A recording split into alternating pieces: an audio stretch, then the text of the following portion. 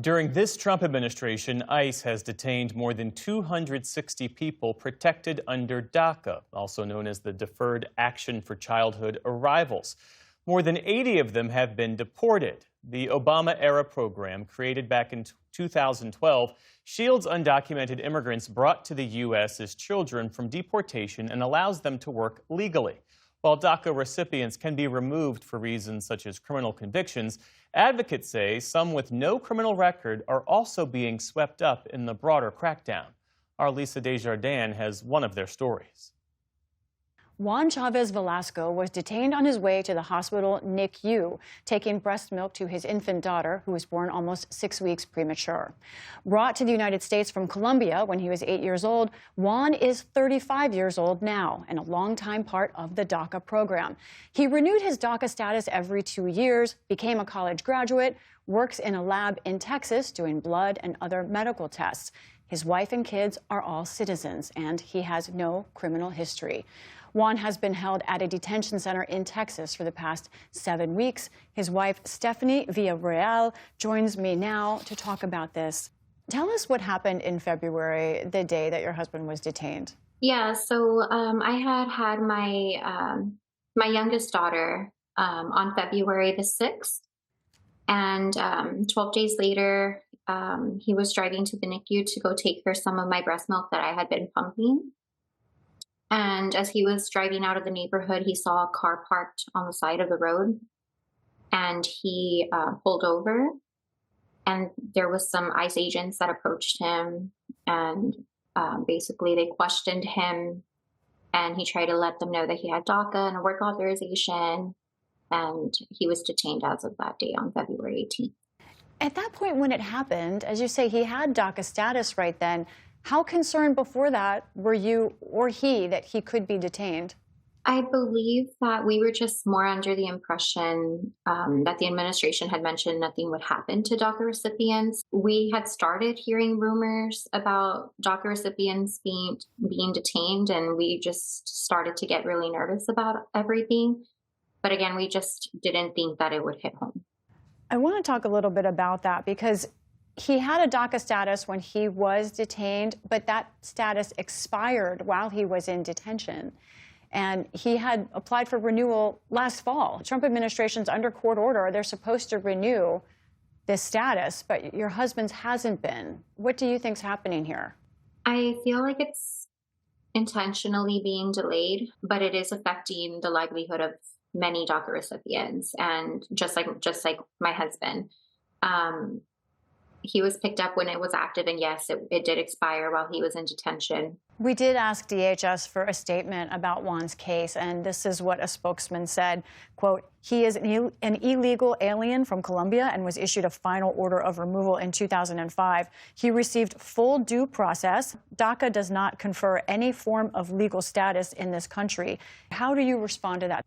I just believe that they use that term so often about illegal aliens. My husband is more than just that. He's a father. He's a husband. He's done everything right. He's come here and he's built his education. He's built his family. And the term illegal alien just has a very negative attachment to it. I know you speak with him daily.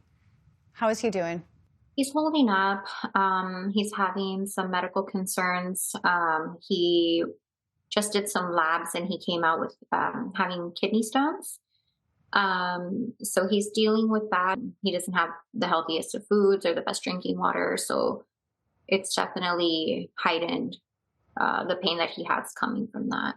This debate that you all kind of landed in the middle of right now, in many ways, is about who Americans should be, who the Trump administration feels should be allowed to enter or stay in this country. And I wonder how you see yourself and how your husband sees himself as Americans. He feels American at heart. He hasn't stepped foot in Colombia since he was 8 years old. We love this country. It's the country, that provided him all of his opportunities, especially being on the DACA program.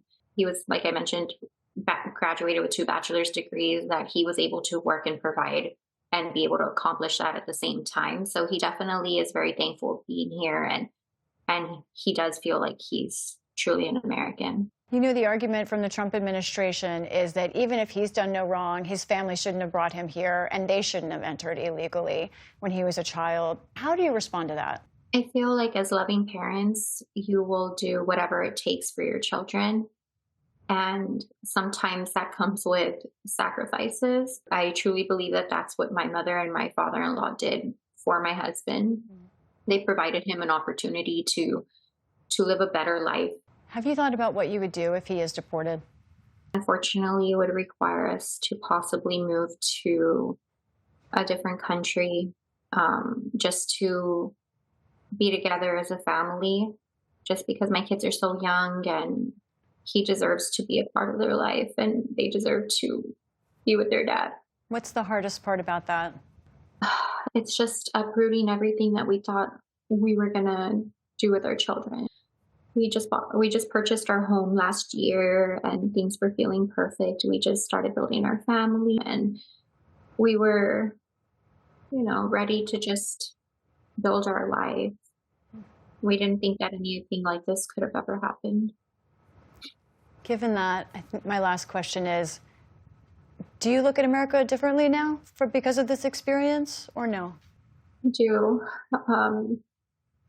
Unfortunately, there's so much hatred in this world right now. And, at one point when we were growing up, we were always told that the United States of America was the best place for everyone to be. And right now, there's just so much hate that I look at my children and try to teach them that we cannot normalize what's going on right now. Stephanie Villarreal, thank you so much for talking with us. Thank you. Thank you for having me.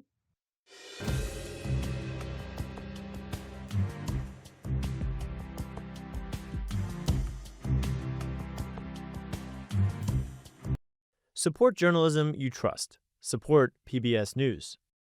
Donate now, or even better, start a monthly contribution today.